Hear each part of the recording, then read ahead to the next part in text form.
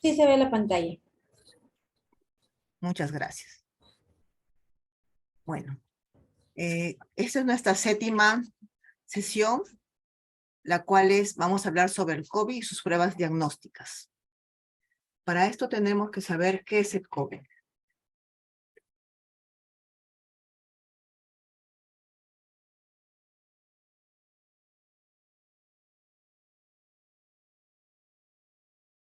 ¿Qué es el COVID? El COVID es un grupo de virus que causan enfermedades que van desde un resfriado común hasta las enfermedades más graves como la neumonía, el síndrome respiratorio de Oriente Medio, conocido como MERS, y el síndrome respiratorio agudo grave, como SARS. Cabe destacar que la cepa del coronavirus, el SARS-CoV-2, se dio en el año 2019, el primer brote, que fue en China, y antes no se conocía de esta cepa, ¿no? La enfermedad por COVID, el COVID-19 es una enfermedad infecciosa muy grave y es causada por el virus SARS-CoV-2.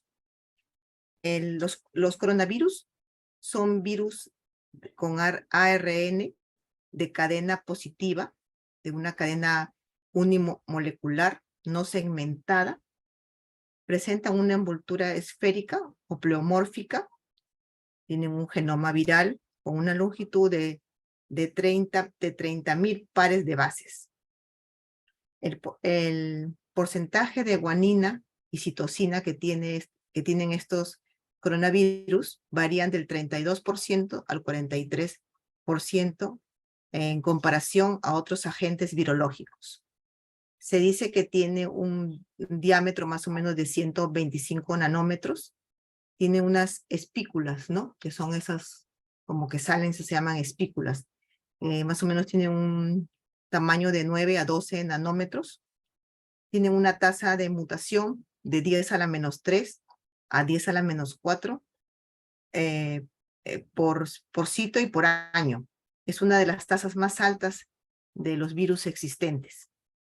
Se dice que tiene 16 proteínas no estructurales y 11 genes.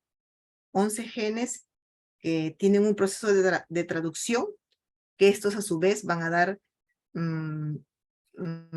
llevar a cabo a 4 proteínas estructurales más, que son las proteínas de espiga, las proteínas de nucleocápsulas, las glicoproteínas de membrana y las proteínas de envoltura. Estas 4 proteínas estructurales son los blancos de detención de las pruebas, tanto de las pruebas antigénicas como de las pruebas de anticuerpos y de las pruebas moleculares. La OMS tuvo noticias por primera vez de la existencia de este nuevo virus el 31 de diciembre del 2019, al ser informado de un grupo de casos de neumonía vírica, porque pensaban que era una neumonía, ¿no? Que se había declarado en Wuhan, en la República Popular de China. Rápidamente, a principios de enero, las autoridades de este país identificaron la causa. Esta enfermedad la tiene una cepa de coronavirus, una cepa nueva. La enfermedad así se fue expandiendo hacia otros continentes como Asia, Europa y nuestra querida América.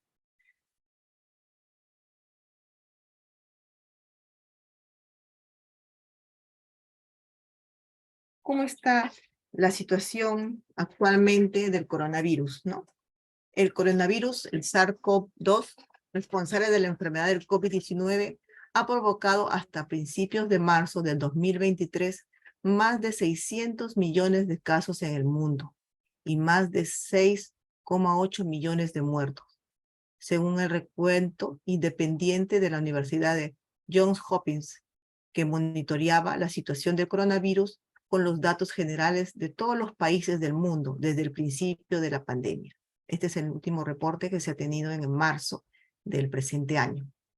3 años después del inicio de la pandemia, en China, el gigante asiático, la gran potencia China, se sumió a una crisis sanitaria sin precedentes, nunca antes visto, ¿no?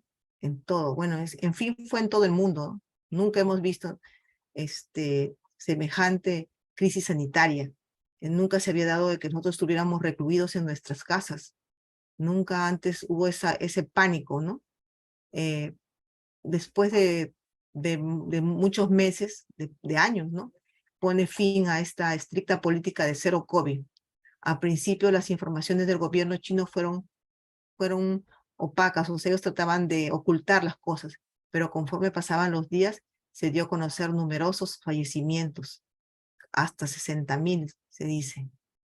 El ranking de los países con más casos notificados estaba encabezado por Estados Unidos. Pero al comienzo Estados Unidos estaba renuente a tomar todas estas medidas sanitarias, ¿no?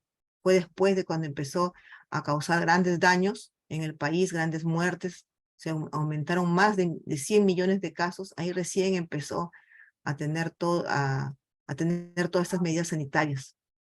Estados Unidos fue el país más golpeado, seguido de la India, Francia, Alemania, Brasil y entre otros países que hubieron más muertes. También hubo bastantes en México, en Brasil, ¿no? La India, en Rusia, por ser países tan grandes y tan extensos con una densidad poblacional muy grande, es por eso que también tienen más decesos, ¿no?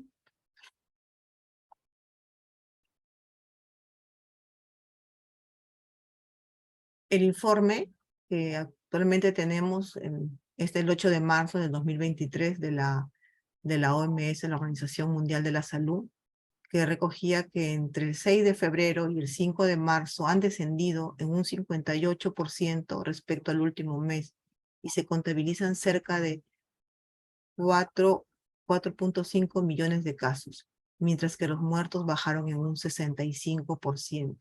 Disculpen, esta imagen salió un poquito distorsionada. Aquí vemos cómo Estados Unidos es el que más casos tuvo de decesos, ¿no? Seguido por Asia, y luego acá está Europa, ¿no? Europa y Francia. Pero dicen que España fue el más golpeado de todos los países europeos, fue el más golpeado. Y de América, que fue Estados Unidos, seguido por Brasil, ¿no? Y de Asia, pues ya sabemos que fue la China, pues, ¿no? ¿Cómo se transmite el COVID? Todos ahora ya sabemos cómo se transmite el COVID, ya no estamos en el pánico general que teníamos, ese pánico que nos hacía que creo que hasta las miradas nos iban a contagiar. Nadie podía ni estornudar, ni hacer una pequeña tosecita porque todo el mundo lo miraba, salía despavorido del lugar donde estemos. Sabemos que la enfermedad está provocada por el virus del SARS-CoV-2, que se propaga de una persona a otra, de varias formas diferentes. El virus puede propagarse a través de pequeñas partículas líquidas, expulsadas por una persona infectada, por la boca o por la nariz, al toser, al estornudar, al hablar, al cantar o al respirar. Esa es la principal fuente de contagio, directa, es directa. Las partículas tienen diferentes tamaños. Hay desde las más grandes, llamadas gotículas respiratorias, hasta las más pequeñas, que son los aerosoles, ¿no? Acá está. ¿Qué síntomas frecuentes debes tener o qué síntomas te hacen sospechar que puedas tener una infección por coronavirus?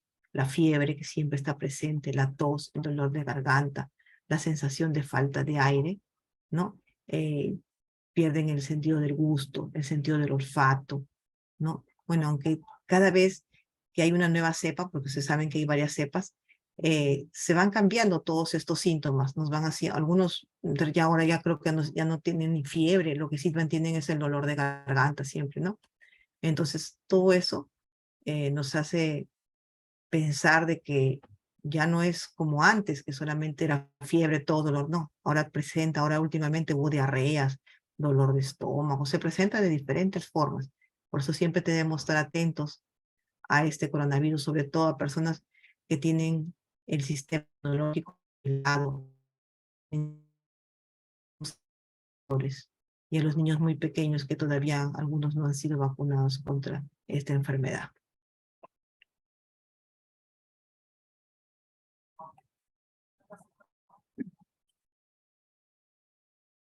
Se dice que la OMS ha actualizado su sistema de seguimiento y las definiciones de trabajo de las variantes del SARS-CoV, el virus causante del COVID-19, para poder reflejar mejor la situación actual de las variantes. Pero como les comentaba, ahora tenemos diferentes variantes a nivel mundial.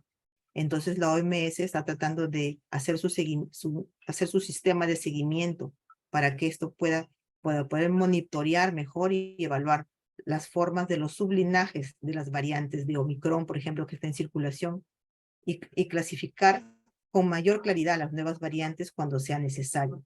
El SARS-CoV-2 sigue evolucionando. Desde el principio de la pandemia del COVID-19, la OMS ha designado múltiples variantes, algunas muy preocupantes, variantes de interés en función a la evaluación de su potencial para propagarse, porque ahora el virus se propaga con tal facilidad. Claro que ahora ya ha menguado, los síntomas son menos, gracias a Dios ya no hay muertes, difícilmente se complican, ¿no? Gracias a Dios. Entonces, todo esto hace que la OMS haya actualizado su sistema de seguimiento, sus definiciones de trabajo, o sea, los tiene ya, sus planes de trabajo para lo que es COVID los tiene bien definidos, ¿no? Tiene que ajustar cada vez más las medidas de salud pública. La evolución del COVID en comparación con otras variantes anteriores, como la Omicron, representa la variante más preocupante, más divergente hasta la fecha. Desde su aparición, los virus Omicron han seguido evolucionando en los planos genéticos y antigénicos y han dado lugar a una gama cada vez mayor de sublinajes, todos los cuales se han caracterizado hasta ahora por su capacidad de evadir la inmunidad, o sea que en criollo se ríen de la inmunidad existente, a pesar de que tenemos vacunas, a pesar de todo eso, siguen ellos vulnerando todo esto. Todos estos virus van vulnerando toda la inmunidad de la población.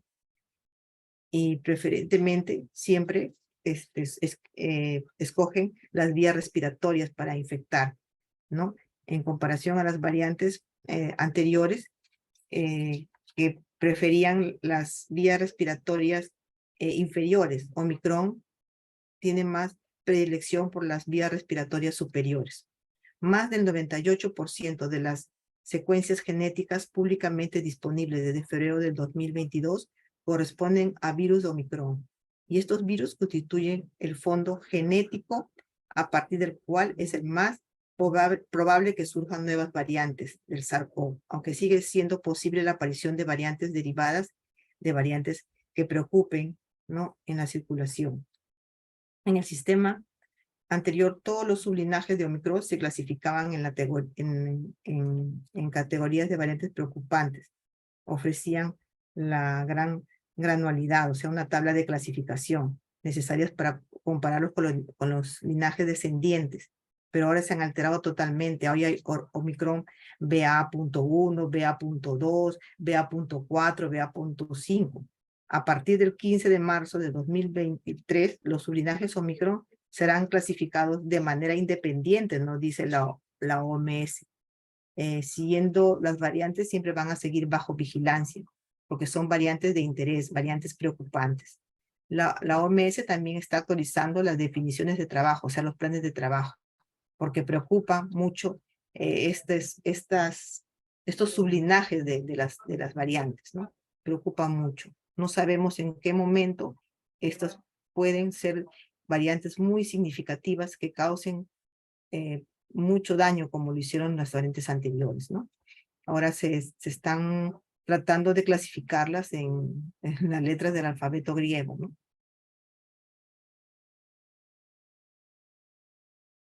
Siempre la OMS está atenta, está alerta y va a seguir publicando periódicamente las evaluaciones de riesgo con respecto a tanto a las variantes preocupantes como las variantes de interés, ¿no? La OMS hace hincapié siempre que en estos cambios no implica que la circulación del virus Omicron ya no suponga una amenaza para la salud pública. Más bien, los cambios han sido introducidos para identificar mejor las amenazas adicionales o nuevas además de que plantean los virus Omicron actualmente en circulación. O sea, no es que ya no estemos libres, ¿no? No sabemos, porque cada día salen sublinajes y en estos sublinajes pueden haber variantes que pueden causar algún peligro latente en nuestra población y volvamos otra vez al reclutamiento a nuestras casas, otra vez a encerrarnos ahí. Eso es lo que se teme. Por eso siempre se está a la alerta. Si tienen un sistema de vigilancia, la OMS, con respecto a COVID-19, ¿no? También se dice, ¿no? Les dije anteriormente que Estados Unidos fue la nación más azotada de América, con más de 100 millones de casos y 1 millón de muertos por COVID.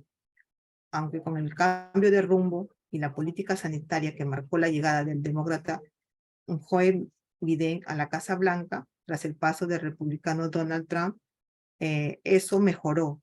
Y también se dice que los países más golpeados en Latinoamérica fueron Brasil, Argentina y México.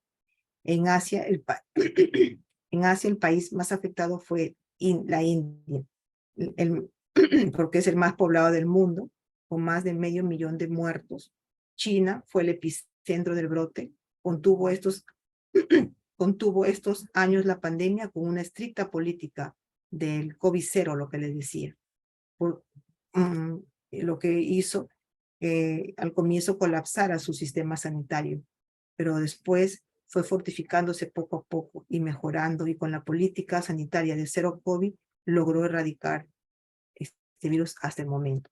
En África, los contagios superaron los 12 millones y los muertos 250,000 en una zona marcada por los bajos porcentajes de vacunación. O sea, ellos no creían en la vacunación.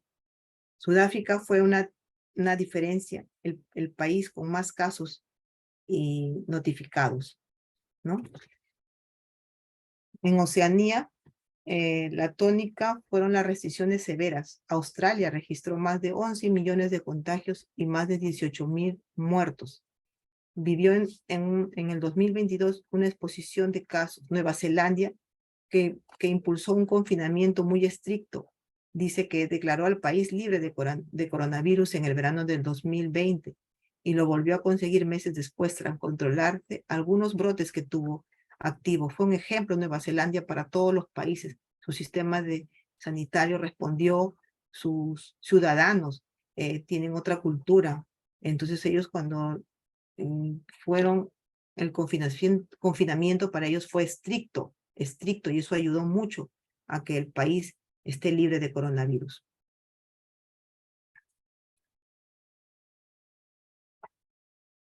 Con respecto a lo que en esta diapositiva estamos apreciando de cómo se transmite el coronavirus, como ya les había hablado, los datos disponibles actualmente apuntan que el virus se propaga principalmente entre personas que están en estrecho contacto, por lo general a 1 metro, 1,5 metros, ¿no? Una distancia corta. Una persona puede infectarse al inhalar aerosoles o gotículas que contienen virus, que entran en contacto directo con los ojos, la nariz o la boca, ¿no?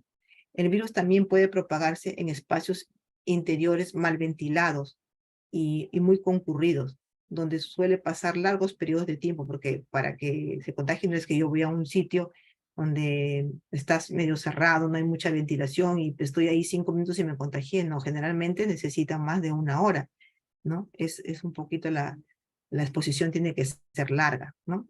Y por eso es que muchas veces eso suspendieron los viajes, ¿no? Los viajes a largas distancias. Ahora ya todo mejorado, gracias a Dios. También es posible, dicen que es posible infectarse al tocar superficies contaminadas por el virus y posteriormente tocarse los ojos, la nariz. Pero eso como que ahora ya no es tan cierto, porque dicen que el virus está poco tiempo en determinadas superficies, ¿no? No puede estar mucho tiempo, por lo tanto, rápidamente, salvo que hay alguien que tosa, que no, que esté con todo el COVID y se coja las manos, se coja las secreciones y luego las coloque, por ejemplo, en los manubrios de las escaleras, y de pronto alguien llegue rápidamente y lo coja, entonces ahí, bueno, sí hay contagio, ¿no? La mayoría de las personas infectadas por el virus experimentan una enfermedad respiratoria de leve a moderada y se recuperan sin requerir mayor tratamiento especial, ¿no? Porque antes los atosigaban, cuando no se conocían casi nada de esta enfermedad, los atosigaban con antibióticos, con corticoides, ¿no? Pero se dice de que no, que esto por eso es un viral, por lo tanto no necesita antibióticos. Simplemente es ir pasando poco a poco los días de la enfermedad. También depende de la carga viral que cada individuo tenga, ¿no? Sí, en algunas personas sí van a enfermar gravemente y requieran atención médica. Generalmente son las personas mayores, las personas que padecen alguna enfermedad subyacente o sea, alguna comorbilidad, algunas personas que tengan enfermedades cardiovasculares, personas que sufren de diabetes o enfermedades respiratorias crónicas, personas que sufren de cáncer, ¿no? Tienen más probabilidades de desarrollar una enfermedad grave. Cualquier persona de cualquier edad puede contraer COVID y enfermar gravemente o morir, ¿no? Eso no se sabe, ¿no? El virus puede propagarse desde la boca o la nariz de una persona infectada en pequeñas partículas líquidas cuando tose, estornuda, habla, canta o respira. Eso es lo que ya les había dicho, ¿no? Por eso cuando uno estornuda, debe siempre toser o estornudar en la parte interna del codo flexionado. Y cuando uno tiene todos los síntomas respiratorios, lo mejor es quedarse en casa, autohilarse, ¿no? Y hasta que se recupere, se sienta mejor, ¿no? Y tomar su Panadol, sus antigripales, ¿no? Entonces, esas son cosas de que nosotros debemos cuidar para no seguir propagando este virus.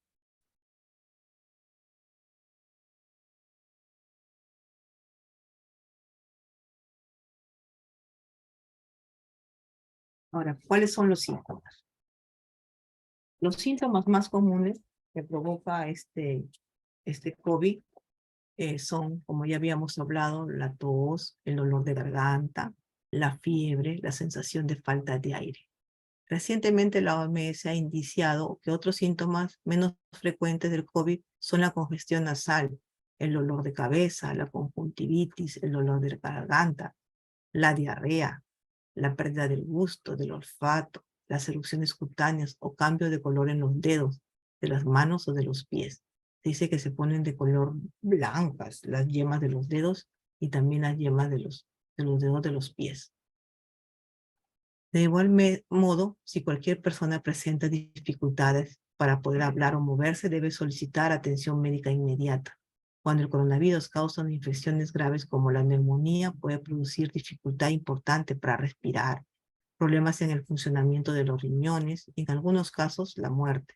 El desenlace fatal es más común en personas con afecciones anteriores, afecciones del corazón, de pulmones, del sistema inmunitario debilitado, en grupos de riesgo como los ancianos, lo que les había también comentado anteriormente, ¿no? Y generalmente los síntomas fiebre, tos seca, cansancio, dolor de cabeza, dolor de garganta, pérdida del gusto o del olfato, ¿no?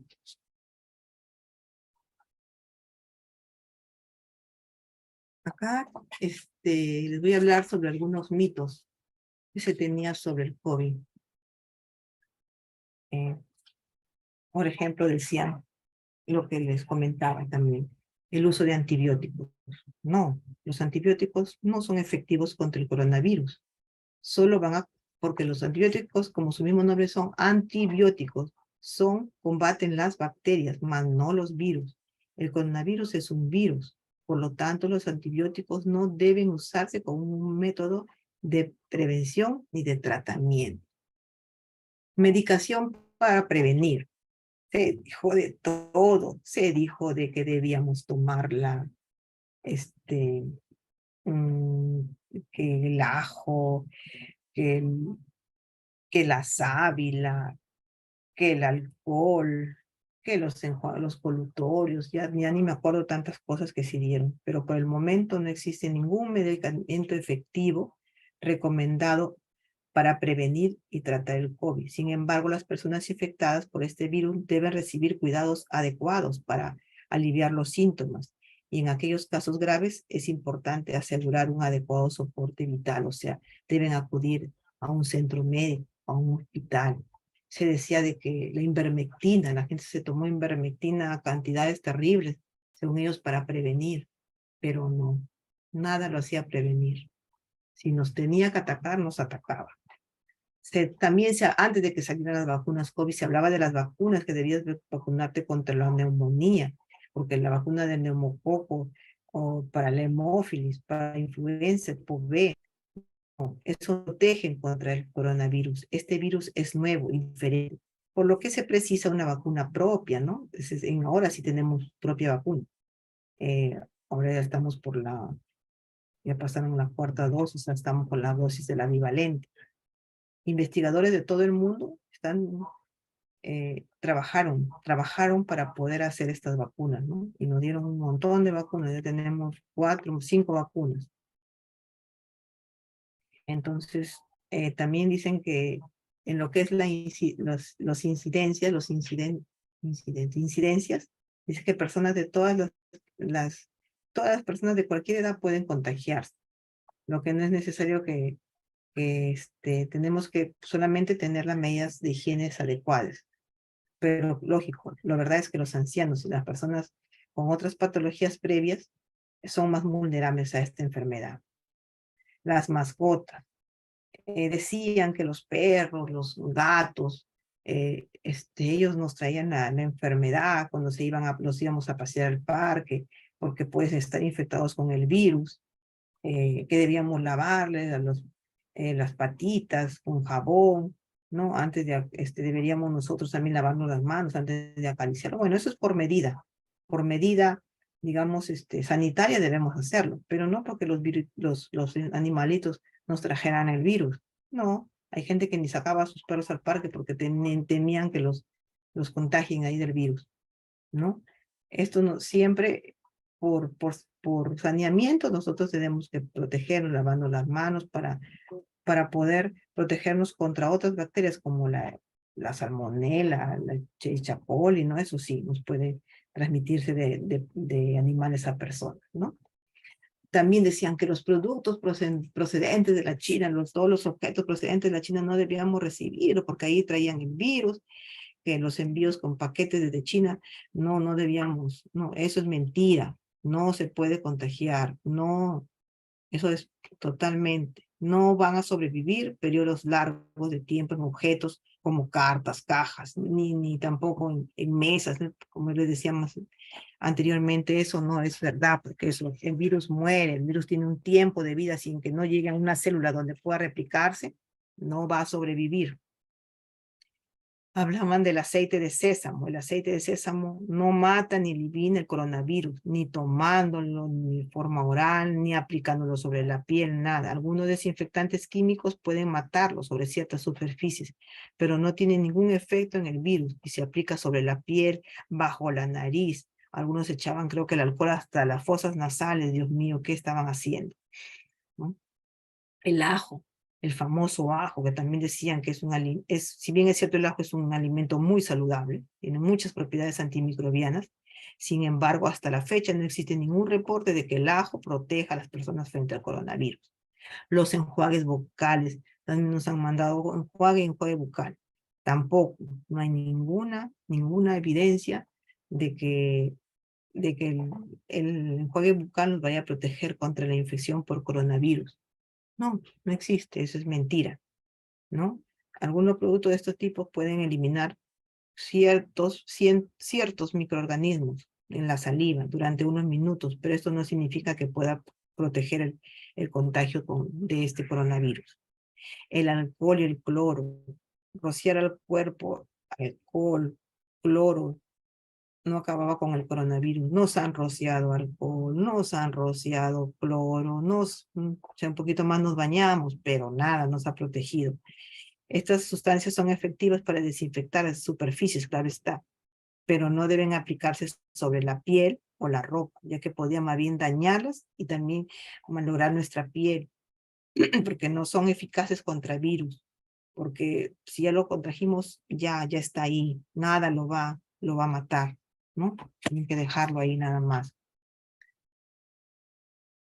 Otros mitos, los escáner térmicos. No son efectivos tampoco para detectar personas infectadas con coronavirus. Son aquellas personas que hayan desarrollado fiebre por la infección, pero eso no significa que están infectadas, porque pueden tener fiebre, pero por otras causas. Entonces, no, tampoco. Nos tenían con los termómetros por todos los centros comerciales, por todos sitios. Los guantes no sirven de protección cuando nos encontramos con otras personas, porque el virus puede pasar de los guantes a tu cara si te toca sin darte cuenta, inadvertidamente, y más bien al contrario, más bien más peligroso es. Si no sabes utilizar los guantes, peor, no los utilices.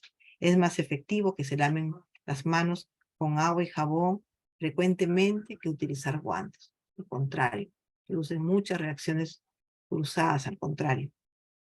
Las zonas de transmisión, según la evidencia, dicen que el virus en climas calurosos y húmedos, ellos eh, no, no resisten, pero es mentira, ellos se resisten cualquier cosa, no importa el clima, no importa si es húmedo, si es caluroso, si es, si es seco, no, eso no es. Lo único importante acá es siempre el lavado de manos. El uso del ibuprofeno, el tan satanizado ibuprofeno, que nadie quería utilizar el ibuprofeno, ¿no? ¿No? Porque dice que se agravaban eh, por la toma de ibuprofeno. No, eso es mentira. El ibuprofeno es un antiinflamatorio que simplemente no hacía mucho en lo que es los virales, simplemente ahí es atacarlo con el... No lo ataca, simplemente lo atenúa los síntomas con el famoso paracetamol, ¿no? Utilizado también hasta para dengue. Tampoco dicen que los mosquitos, que sí se te picaba uno, pues mentira, eso tampoco es mentira. No hay ninguna evidencia que indique que el coronavirus se puede transmitir por los mosquitos o por sus picaduras. Acá lo único que transmite por las picaduras de zancudos es el dengue, la malaria, de ahí nada más, no se ha sabido más nada. Bueno, esos son para recordarles nada más, ¿no? ¿Cuándo hay que hacerse la prueba de detección del COVID-19? En las situaciones que se debe hacer la prueba son, claramente, si usted tiene síntomas, hágase una prueba inmediatamente. Si estuvo expuesto al COVID y no tiene síntomas, deje pasar al menos 5 días completos después de su exposición para hacerse la prueba. Si se hace la prueba demasiado pronto, es probable que el resultado no sea preciso, que den un falso negativo. Por eso es que uno cuando cree que estuvo con una persona que estuvo infectada por COVID, pero cuando estaba estrechamente, ¿no? Que ha tenido una exposición estrecha, ahí recién, ¿no? Y que no tiene los síntomas, tiene que esperar por lo menos una semana. Acá hay 5 días, pero lo ideal es que sea una semana para poder que sea el resultado un poco más confiable. Y si sale negativo, volvérsela a repetir a la siguiente semana para estar más seguro. Si está en ciertos entornos de alto riesgo, es posible que tenga que hacerse pruebas de detención como parte de un programa de pruebas de evaluación preventivas. ¿Qué significa esto? ¿Quiénes son los que estamos en un entorno de alto riesgo? El personal de salud, el personal sanitario, nosotros sí. Por eso es que nosotros en nuestras pruebas de evaluación preventivas se hace realizarse cada cierto periodo las pruebas de COVID, ¿no? Y también considera hacerse una prueba antes de tener contacto con una persona de alto riesgo de enfermarse a causa del COVID, especialmente si se encuentra en un área con un nivel medio o intermedio o alto de COVID en la comunidad. Eso es por una parte. Por otra parte también, cuando por ejemplo en el caso de nosotros, personal sanitario, que por ejemplo va a viajar a ver a su abuelito, o alguien, ¿no? Que tiene una comorbilidad, siempre es necesario hacerse una prueba de COVID antes de visitar a esa persona, porque les puede contagiar, llevar el virus y hasta matarla, ¿no? Mientras que a nosotros no nos va a afectar tanto, a ellos sí los puede hasta matar, ¿no? Y en ese caso, ¿qué prueba sería la ideal? Hacer la PCR en tiempo real, ¿no? Esa sería la ideal, la prueba de elección.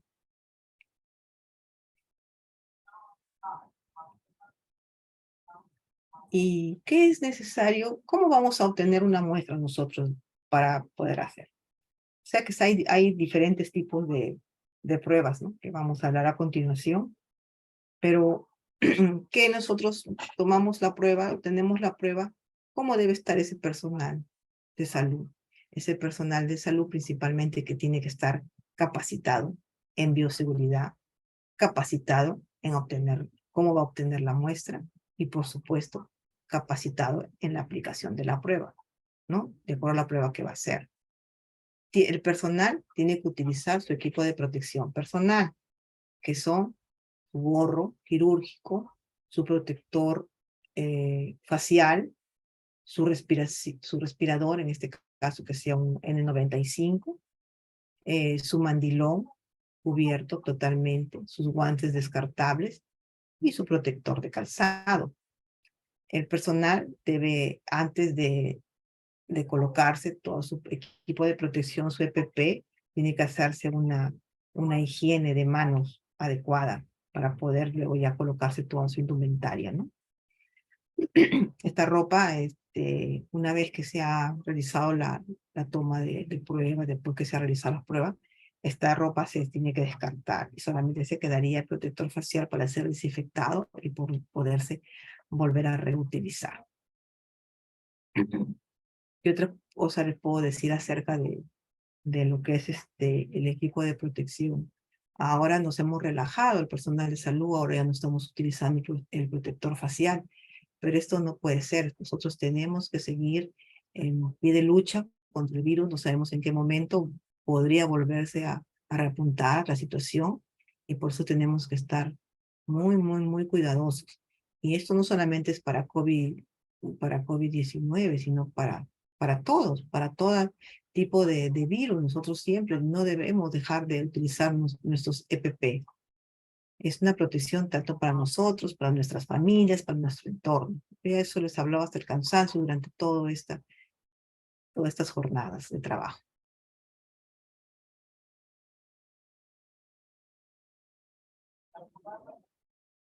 ¿Cuáles son las pruebas para detectar el COVID-19? Nosotros tenemos muchas pruebas. Existen dos, principalmente, digamos, las dos más importantes, ¿no? Que son, una es la prueba molecular y otra es la prueba antigénica.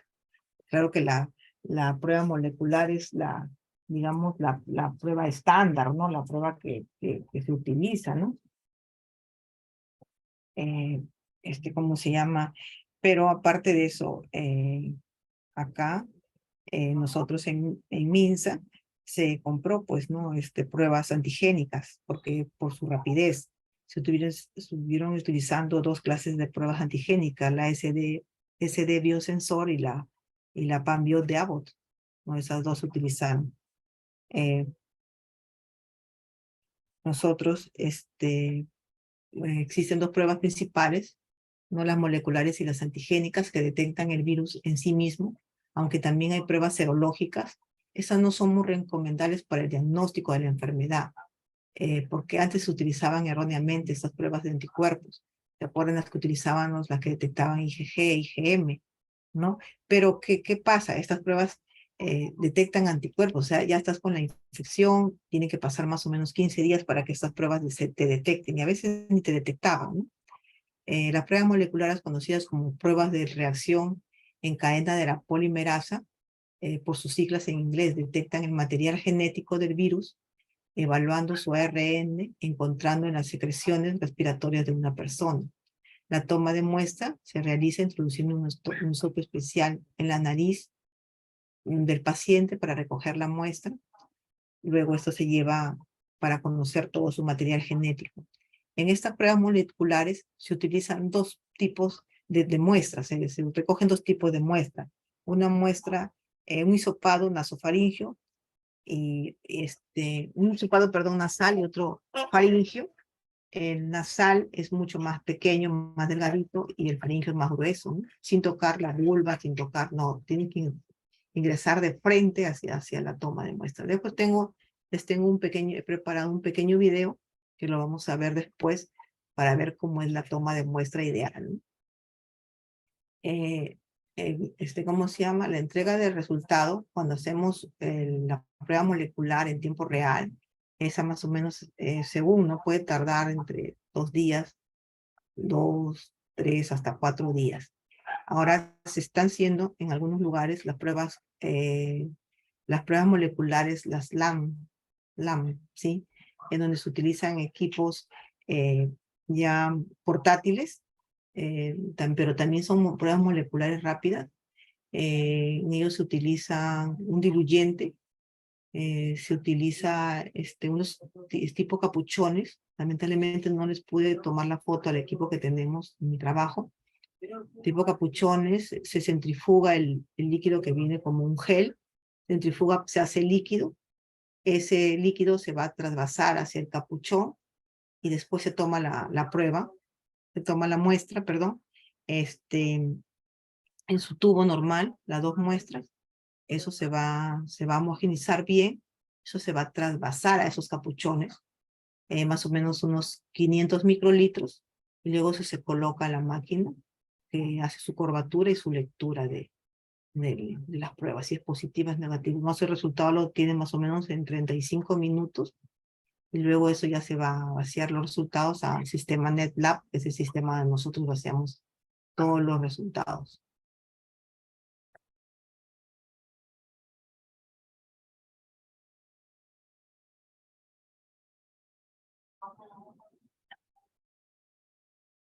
Acá les he preparado un pequeño video, pequeñito más es.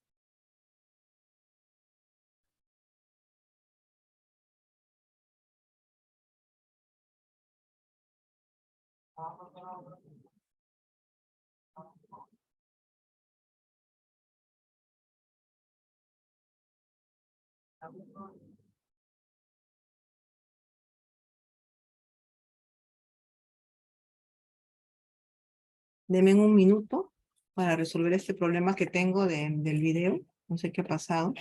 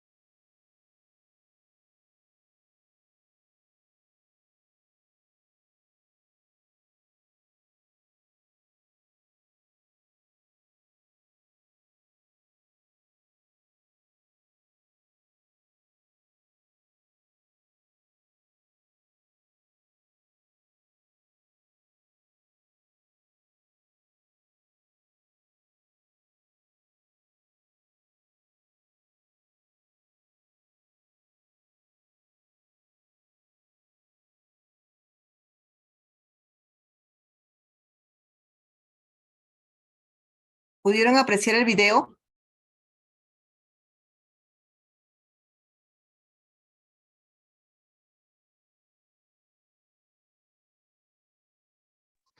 Buenas noches, sí, sí se pudo apreciar.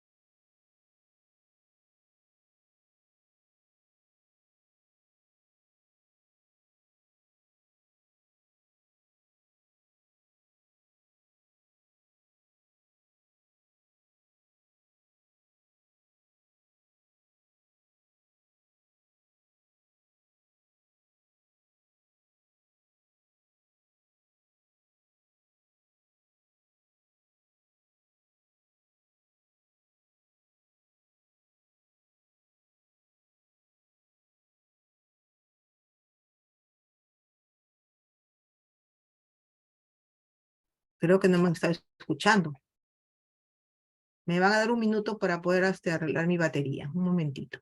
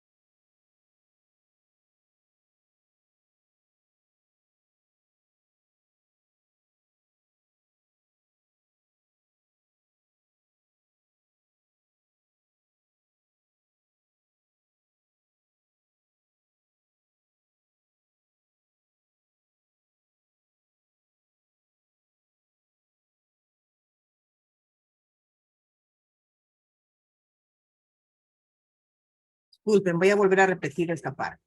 ¿Cuáles son las pruebas para detectar COVID? Las pruebas para detectar COVID, ya hemos hablado sobre la prueba molecular, ahora vamos a hablar de la prueba antigénica. Las pruebas antigénicas son pruebas de diagnóstico rápido basadas en antígenos que detectan la presencia del virus en los primeros 7 días de la enfermedad. Pero estas no buscan el material genético, como lo busca la prueba molecular, sino que identifican las proteínas que se encuentran en la parte externa. Recuerdan que en una diapositiva pasada, en la primera, les hablaba yo sobre lo que es las 4 proteínas estructurales que tenía este virus, ¿no?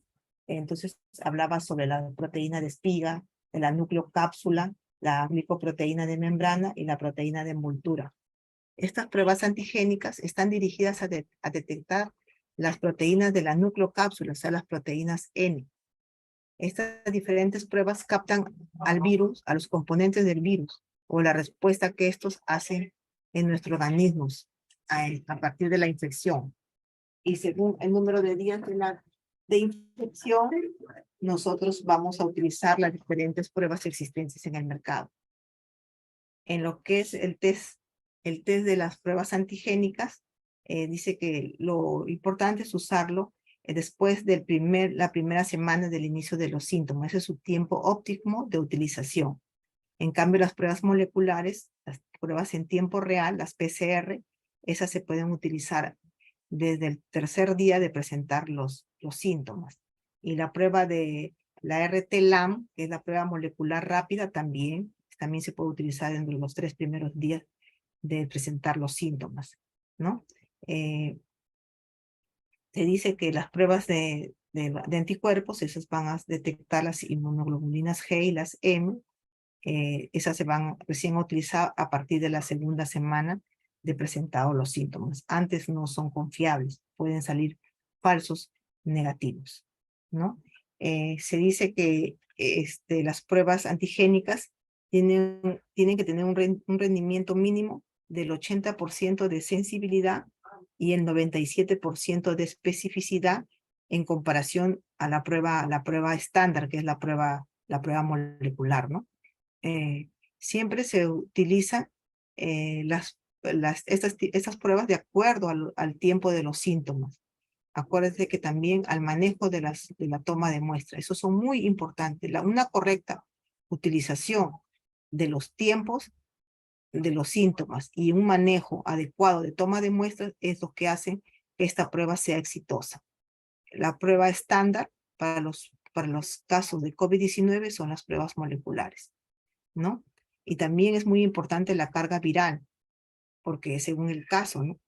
Porque no es igual la carga viral que tiene un paciente con un contagio de COVID-19 leve a un paciente que tenga un caso de contagio de COVID-19 grave, ¿no? La carga viral es diferente. Eso también va a verse identificado en las pruebas, ¿no? Acuérdense que las pruebas antigénicas son pruebas de ensayo inmunocromatográfico cualitativo de tipo sándwich mediante el flujo lateral en tiras de nitrocelulosa, donde se va a apreciar que hay 4 zonas. La zona de almohadilla de la muestra, donde va a conjugarse con el buffer, la zona del conjugado, donde están ahí inmovilizadas las inmunoglobulinas de tipo G, son de tipo humano, y también la membrana de nitrocelulosa y las almohadillas de absorción. Ahí donde va a ser la reacción, ¿no? Entonces, en la reacción nosotros vamos a pintar, por ejemplo, un positivo, va a salir una zona pintada en la zona C, que es de control, y en la zona T, que es del tamizaje. Si las dos están marcadas, es positivo. ¿Cuándo es negativo? Cuando no se marca nada en la zona de tamizaje y se marca en la zona de control. Ahí es un negativo. ¿Cuándo es un inválido? Cuando no se marca ni la zona de tamizaje ni la zona control.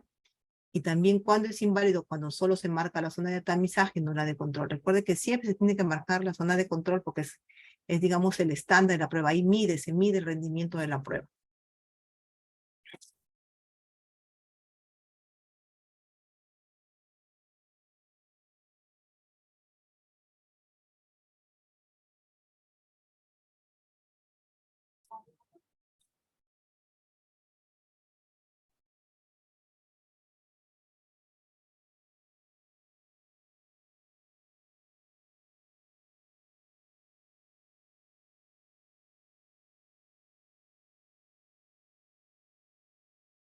Acá están, pues, lo que les explicaba anteriormente, son pruebas que se usan, son métodos de inmunoensayo, inmunocromatográfico, cualitativo en sangre mediante el flujo lateral de una tira de nitrocelulosa. Acá está la zona C y la zona T.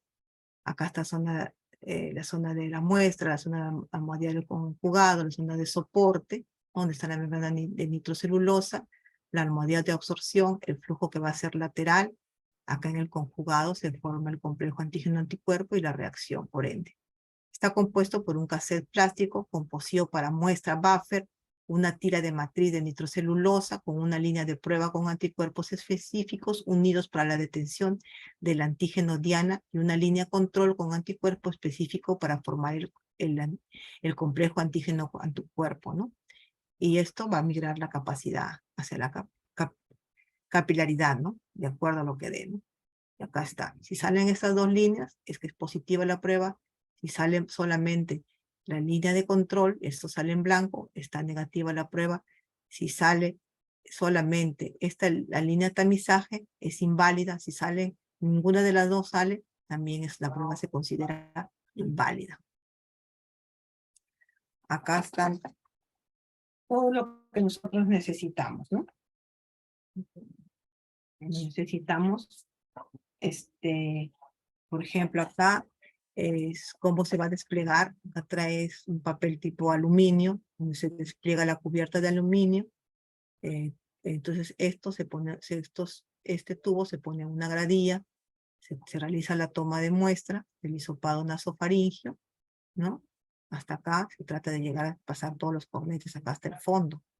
Después se va a insertar el hisopo en el tubo, se gira por lo menos unas 5 veces, se va empujando las paredes, como que se exprime el hisopo, apretando el tubo de extracción con los dedos, se va a cerrar la tapa del tubo de extracción, se homogeniza, ¿no? Se homogeniza, se desecha el hisopo que ya hemos tomado la muestra a la bolsa roja de bioseguridad y se hace el vaciado de las 3 gotas, ¿no? Se echan las 3 gotas, dispensan las 3 gotas, debe esperar unos de 15 a 30 minutos y se va a leer el resultado, ¿no? Las dos líneas, ¿no?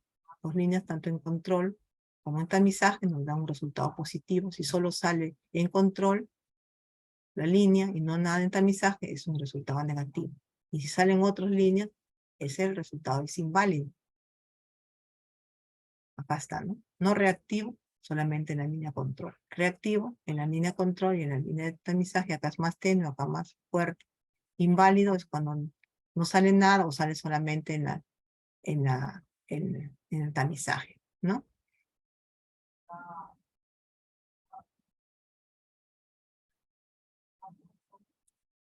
¿Cuáles son digamos, las recomendaciones que que nos hace el fabricante? Dice que estos sachets, estos kits, tienen que estar a una temperatura de almacenamiento, más o menos, si lo va a tener al medio ambiente, que no supere los 30 grados centígrados, y lo vamos a tener en almacenamiento, que no sea menor de 2 grados centígrados, tiene que ser de 2 a 30 grados centígrados, del control de la temperatura. Los kits refrigerados o que se transportan en cooler deben a tener 30 minutos, o sea, a temperar, ¿no? O sea, ponerlo a temperatura ambiente 30 minutos antes de su uso. Evitar la exposición directa del kit al sol o a temperaturas mayores de 30 grados centígrados. Tiene que cerrar herméticamente las bolsas de sus tubos. Bueno, estos tubos vienen en bolsas, tanto los tubos como las tapas, y deben estar cerrados herméticamente para evitar la contaminación. Uno saca 1, 2, 3 tubos lo que va a utilizar y luego lo cierra herméticamente. Cerrar firmemente la tapa del buffer, evitar fraccionar los kits, ¿no? Deseche el cassette si ha habido un cambio de color en el desecante o cualquier posibilidad de que haya deterioro del cassette, de frente se va a descartar. No intercambiar los componentes del kit con otros componentes de otros lotes o de otras marcas. Tiene que colocarse adecuadamente los equipos de protección personal cubriendo toda la superficie. Retirar los EPP en dirección céfalo-caudal de cabeza a pie. Los residuos biológicos deben ser eliminados en bolsas de bioseguridad y autoclavar. Tiene que seguir siempre las indicaciones del inserto en cuanto al tiempo, al tipo de muestra y al procedimiento a seguir. Son cosas que no debemos olvidarnos.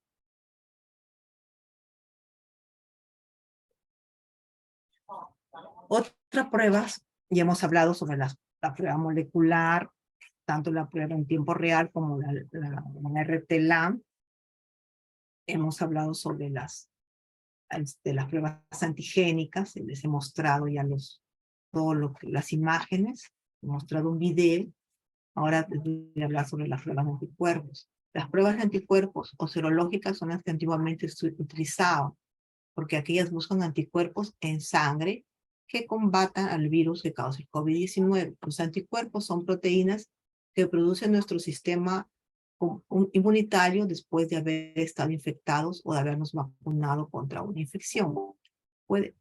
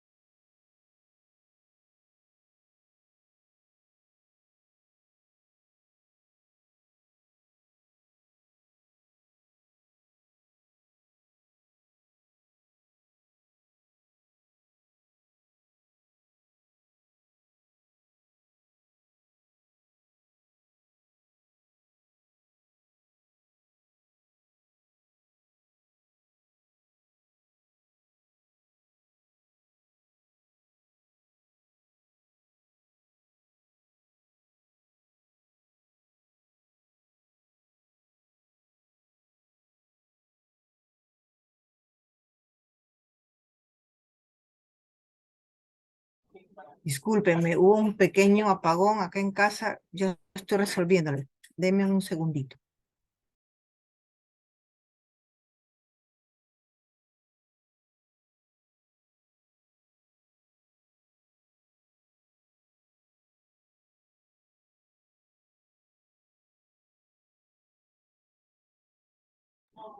Continuamos. ¿Cuáles son las pruebas para detectar? Las pruebas de anticuerpos, las pruebas de anticuerpos serológicas que buscan el anticuerpo en su sangre que combatan el virus que causa el COVID-19. Los anticuerpos son proteínas que producen nuestro sistema inmunitario después de haber estado infectado o habernos vacunado contra una infección. Pueden ayudar a protegerlo de infectarse o de enfermarse gravemente si se infecta por un tiempo. A la duración de esta protección es diferente para cada enfermedad y para cada persona. La duración de esta protección es diferente para cada enfermedad y para cada persona. No se deben usar las pruebas de anticuerpos para diagnosticar una infección en curso por el virus que causa el COVID-19. Las pruebas de anticuerpos podrían no detectar si una persona tiene una infección en curso, porque su organismo puede tardar entre 1 a 3 semanas después de la infección en generar anticuerpos.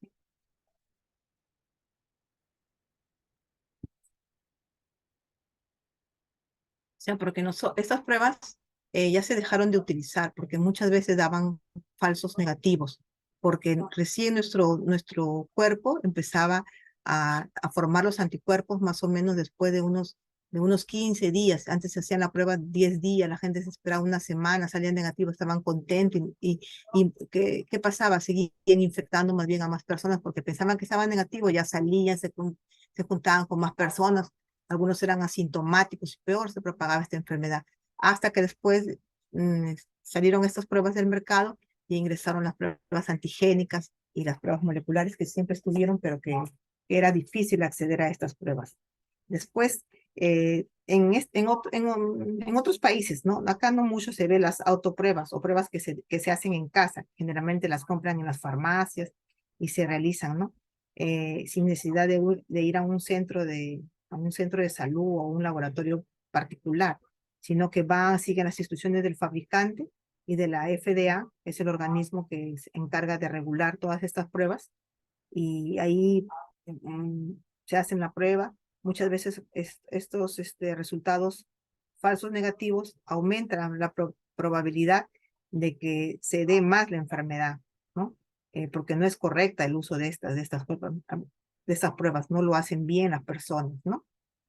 Eh, Siempre acuérdense que los resultados negativos se deben considerar como presuntos, es decir, que son resultados preliminares. Los resultados negativos no descartan la infección de COVID.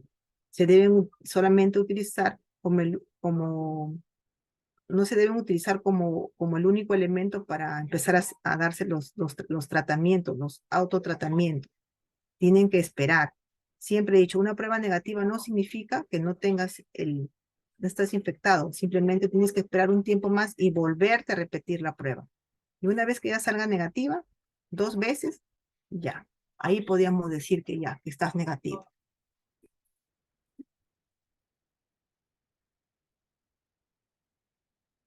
¿Cómo elegir una prueba de detección de COVID? Me encuentro en una situación en la que se recomienda hacerse una prueba de detección.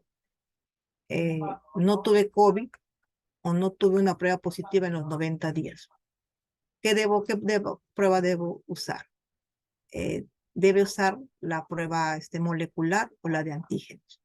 Si se usa una prueba antigénica y su resultado es negativo, es posible que la deba repetir después de un par de semanas para estar totalmente seguro de que no está infectado, ¿no? Otro caso.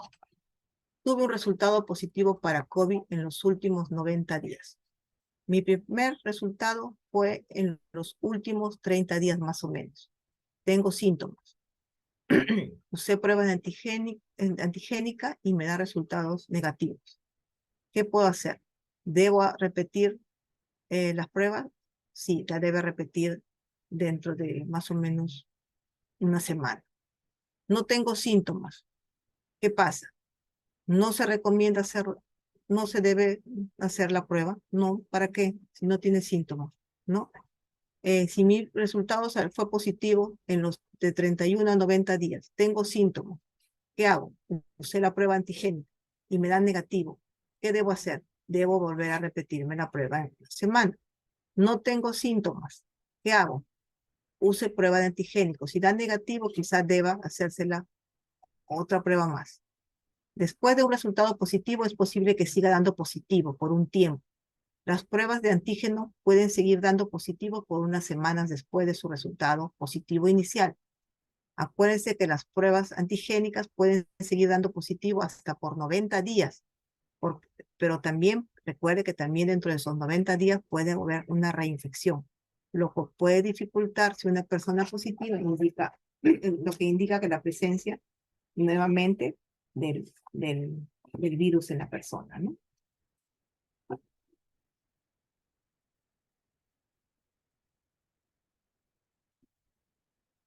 ¿Cómo interpretar sus resultados? Si su prueba es positiva, cualquier prueba de detención del COVID-19 con resultado positivo significa que se detectó el virus y que tiene usted la infección. Si su prueba es negativa y salió una prueba de detección del COVID con resultado negativo, significa que la prueba no detectó el virus, pero que no se descarta la posibilidad de una infección. Si usó pruebas de antígeno, es mejor que vuelva a repetir de un par de semanas la prueba.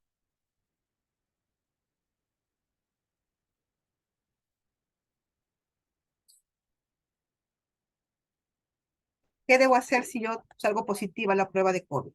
Acuérdese, aislarse, tomar precauciones, usar mascarillas dentro de casa, sobre todo si va a estar rodeado de otras personas. Informes a las personas con las que tuvo contacto que últimamente en los que pueden estar expuestas, ¿no?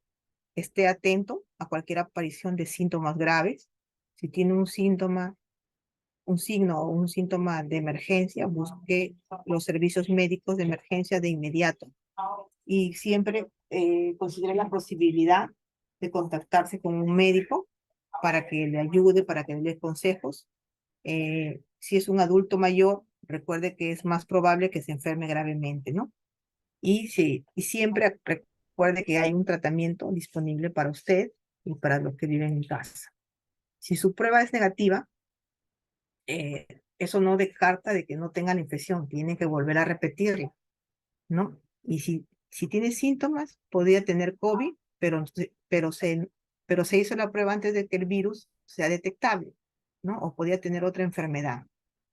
Tome todas las precauciones igual, todas las precauciones que se sabe, el uso de mascarillas, no salir de casa, ¿no? Avisar a las personas que están en contacto con ustedes para que para que puedan ir observándose y siempre contactarse con un médico y hacerle todas las preguntas necesarias acerca de su resultado de su prueba o si sus síntomas van empeorando. Si no tiene síntomas, pero estuvo expuesto al virus del COVID-19, debe seguir tomando las medidas recomendadas después de la exposición. Si no tiene síntomas, si no estuvo expuesto al virus que causa 19, puede reanudar sus actividades en forma normal. Siga tomando siempre las medidas de protección y de protegerse a los demás.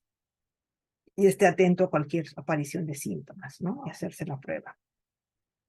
Acuérdese que el COVID-19 se propaga fácilmente. Se propaga más fácil que la influenza, ¿no? Que la gripa normal, ¿no? Y que debemos siempre estar preparados con nuestro esquema completo de vacunación contra el COVID. Porque acuérdense que el COVID, si bien es cierto, se ha reducido, y se ha reducido sobre todo las formas de enfermedad grave gracias a la vacuna, tenemos que siempre estar atentos, tenemos siempre que estar ah, ahí en tiempo de espera, porque no sabemos, es como si fuera una bombita de tiempo que en cualquier momento puede explosionar. Ojalá no sea así, ¿no?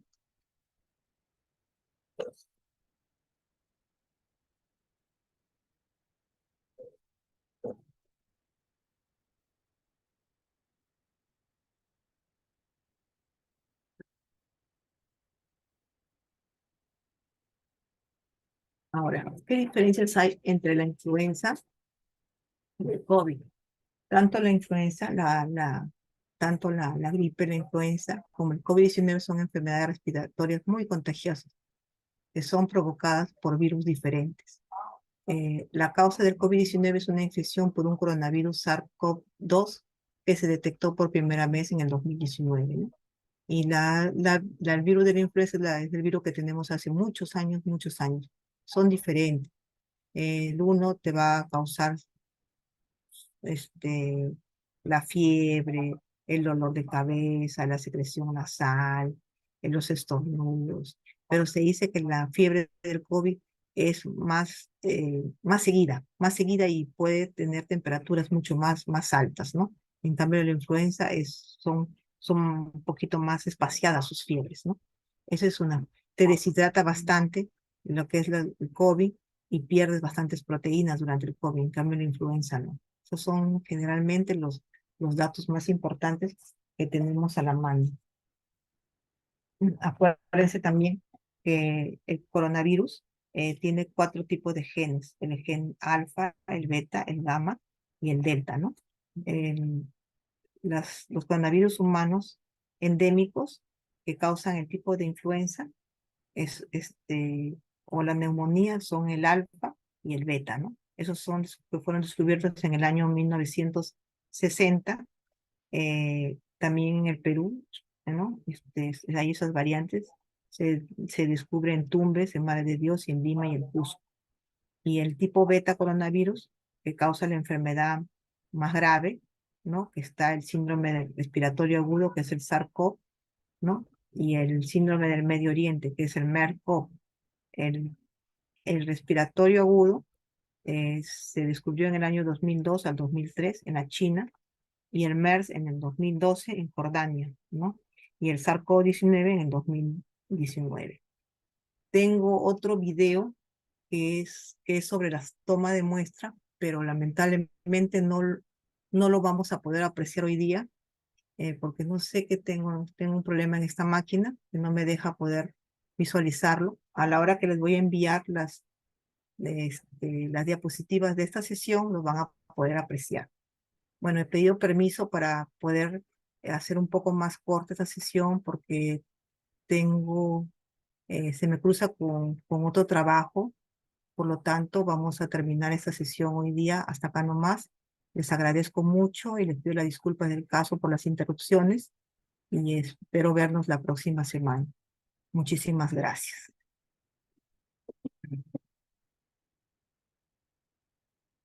Bueno, tengan buenas noches.